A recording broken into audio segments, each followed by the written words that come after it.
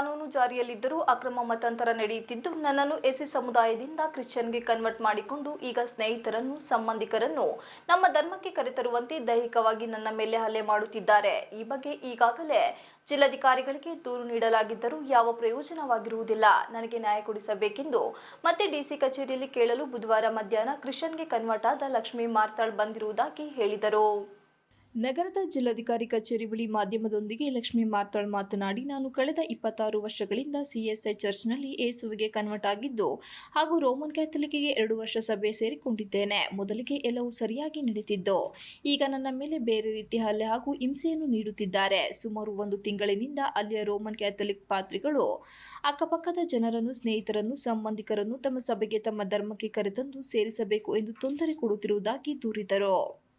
ದೈಹಿಕವಾಗಿಯೂ ನನ್ನ ಮೇಲೆ ಹಲ್ಲೆ ಮಾಡಿದ್ದಾರೆ. ದಿನೇ ದಿನೇ ಇದು ಹೆಚ್ಚಾಗುತ್ತಿದ್ದು ನಾನು ನಿರ್ಭಯದಿಂದ ಜೀವನ ನಡೆಸುವುದೇ ಬಹಳ ಕಷ್ಟವಾಗುತ್ತಿದೆ. ಇವರ ವಿರುದ್ಧ ಕ್ರಮ ಕೈಗೊಳ್ಳಬೇಕು ಹಾಗೂ ನನಗೆ ನ್ಯಾಯ ಒದಗಿಸಿಕೊಡಬೇಕೆಂದು ಮನವಿ ಮಾಡಿದರು.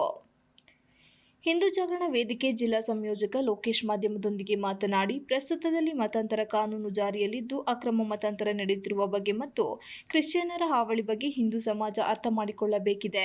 ಅವರು ಸತ್ತಾಗ ಕೂಡ ಹಣವನ್ನು ತಿಂಗಳು ಕಂತಿನ ಮೂಲಕ ಹಣ ಕಟ್ಟಿ ಅವರ ಸಾವಿಗೆ ಅವರೇ ಪಾವತಿ ಮಾಡಬೇಕು. ಈ ರೀತಿ ಅನಿಷ್ಟ ಪದ್ಧತಿ ಕ್ರಿಶ್ಚಿಯನ್ ಸಮಾಜದಲ್ಲಿದೆ ಎಂಬುದಕ್ಕೆ ದಾಖಲೆ ಕೂಡ ಈಕೆ ನೀಡಿದ್ದು, ಕ್ರಿಶ್ಚಿಯನ್ ಮಾಫಿಯಾ ಯಾವ ರೀತಿ ನಡೆಯುತ್ತಿದೆ ಬಗ್ಗೆ ಈ ಸಮಾಜ ಮತ್ತು ಪೊಲೀಸ್ ಇಲಾಖೆ ಅರ್ಥ ಮಾಡಿಕೊಳ್ಳಬೇಕಿದೆ.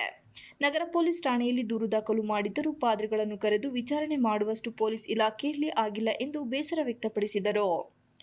ಪ್ರಾಣ ಬೆದರಿಕೆ ಇದೆ ಎಂದು ಪೊಲೀಸ್ ಠಾಣೆ ಮತ್ತು ಜಿಲ್ಲಾಧಿಕಾರಿಗಳಿಗೂ ಕೂಡ ಮನವಿ ನೀಡಿದ್ದಾರೆ. ಮೊದಲು ಬಡತನ ವ್ಯವಸ್ಥೆಯಲ್ಲಿದ್ದ ಲಕ್ಷ್ಮಿ ಇಂಥವರನ್ನು ಕ್ರಿಶ್ಚಿಯನ್ ಸಮಾಜ ಬೇಗ ಗುರುತಿಸಿ ಒಂದು ವ್ಯವಸ್ಥಿತವಾದ ಕಾಯಿಲೆ ಮಾರ್ಪಾಟು ಮಾಡಿ ಕಾಯಿಲೆ ಹೋಗಲಾಡಿಸುವುದಾಗಿ ಈ ರೀತಿ ಹೇಳಿ ಕ್ರಿಶ್ಚಿಯನ್ ಸಮುದಾಯಕ್ಕೆ ಸೇರಿಸಲಾಗಿದೆ ಎಂದು ದೂರಿದರು.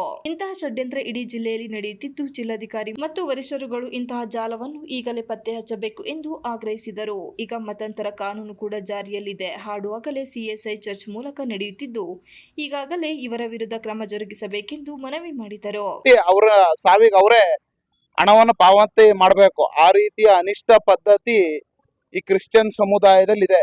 ಇದನ್ನ ದಾಖಲೆಯನ್ನ ಕೂಡ ಆ ತಾಯಿ ನಿಮ್ ಮುಂದೆ ಇಟ್ಟಿದ್ದಾರೆ. ಯಾವ ಮಟ್ಟಿಗೆ ಇವತ್ತು ನಡೀತಾ ಇದೆ ಕ್ರಿಶ್ಚಿಯನ್ ಮಾಫಿಯಾ ಅನ್ನೋದನ್ನ ಈ ಸಮಾಜ ಅರ್ಥ ಮಾಡ್ಕೊಳ್ಬೇಕು ಮತ್ತು ಪೊಲೀಸ್ ಇಲಾಖೆ ಅರ್ಥ ಮಾಡ್ಕೊಳ್ಬೇಕು.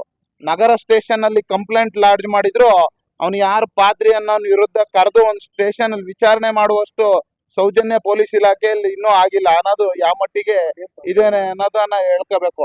ಅವ್ರೇನು ಅಂದ್ರೆ ಅವ್ರಿಗೆ ದೈಹಿಕ ಮತ್ತು ಮಾನಸಿಕವಾಗಿ ಹಿಂಸೆ ಅವ್ರಿಗೆ ಇರೋದ್ರಿಂದ ಈಗ ಬಂದು ನಿಮ್ ಮುಂದೆ ನಿಂತಿದ್ದಾರೆ. ಅದೇ ರೀತಿ ಜಿಲ್ಲಾಧಿಕಾರಿಗಳಿಗೂ ಕಂಪ್ಲೇಂಟ್ ಲಾಡ್ಜ್ ಮಾಡಿದ್ದಾರೆ. ಅವ್ರಿಗೂ ತಮ್ಮ ಪ್ರಾಣ ಬೆದರಿಕೆ ಇದೆ ಅಂತ ಹೇಳ್ಕೊಂಡಿದ್ದಾರೆ. ಇದು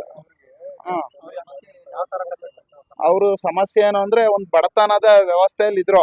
ಇಂಥವ್ರನ್ನ ಕ್ರಿಶ್ಚಿಯನ್ ಸಮುದಾಯ ಬೇಗ ಗುರ್ತು ಮಾಡಿ ಅವರಿಗೆ ಒಂದು ವ್ಯವಸ್ಥಿತವಾದಂತ ಕಾಯಿಲೆಯನ್ನ ಮಾರ್ಪಾಡು ಮಾಡಿ ನಿನಗೆ ಕಾಯಿಲೆ ಹೋಗಿಸ್ತೀನಿ ಅನ್ನೋದನ್ನ ಕರೆದು ಆ ರೀತಿಯಲ್ಲಿ ಕ್ರಿಶ್ಚಿಯನ್ ಇವತ್ತು ಕನ್ವರ್ಷನ್ ಮಾಡಿಸಿ ನೋಡಿ, ಅವ್ರಿಗೆ ಕ್ಯಾನ್ಸರ್ ಕಾಯಿಲೆ ನೀನು ಅವರು ಚರ್ಚ್ನ ಬಿಟ್ಬಿಟ್ಟಿರ್ತಾರೆ. ಆಮೇಲೆ ನಿನಗೆ ಕಾಯಿಲೆ ಬಂದಿದೆ ಅಂತ ಹೇಳಿ ಅದನ್ನ ಕರ್ಕೊಂಡೋಗಿ ಕಾಯಿಲೆ ಗುಣಪಡಿಸ್ತೀವಿ ಅಂತ ಈ ರೀತಿ ಒಂದು ದೊಡ್ಡ ಷಡ್ಯಂತ್ರ ಇಡೀ ಜಿಲ್ಲೆಯಲ್ಲಿ ನಡೀತಾ ಇದೆ. ಇದನ್ನ ಜಿಲ್ಲಾಧಿಕಾರಿ ಮತ್ತು ಪೊಲೀಸ್ ವರಿಷ್ಠಾಧಿಕಾರಿ ಈಗಲೇ ಇದನ್ನ ಯಾರ್ಯಾರು ಇದ್ದಾರೆ ಅನ್ನೋದನ್ನ ಈಗಲೇ ಪತ್ತೆ ಹಚ್ಚಬೇಕು. ಈಗಾಗಲೇ ಕಾನೂನು ಕೂಡ ಮತಾಂತರ ಕಾನೂನು ಜಾರಿಯಲ್ಲಿದೆ. ಆಡ ಆಗಲೇ ಯಾವ ಸಿಎಸ್ಐ ಚರ್ಚ್ನ ಮೂಲಕ ನಡೀತಾ ಇದೆ. ಇದನ್ನ ಜಿಲ್ಲಾಧಿಕಾರಿ ಮತ್ತು ಪೊಲೀಸ್ ಅಧಿಕಾರಿ ಇದನ್ನ ಕ್ರಮವನ್ನು ಕೈಗೊಳ್ಳಬೇಕು ಅಂತ ಈ ಮೂಲಕ ಕೇಳ್ಕೊಳ್ತೇನೆ. ಲೋಕೇಶ್, ಹಿಂದೂ ಜಾಗರಣ ಜಿಲ್ಲಾ ಸಂಯೋಜಕ. ಇದೇ ಸಂದರ್ಭದಲ್ಲಿ ಬಿಜೆಪಿ ಮುಖಂಡರಾದ ವೇಣುಗೋಪಾಲ್ ಇತರರು ಉಪಸ್ಥಿತರಿದ್ದರು. Srinivas, TV 46 Malenadu news, Hassan.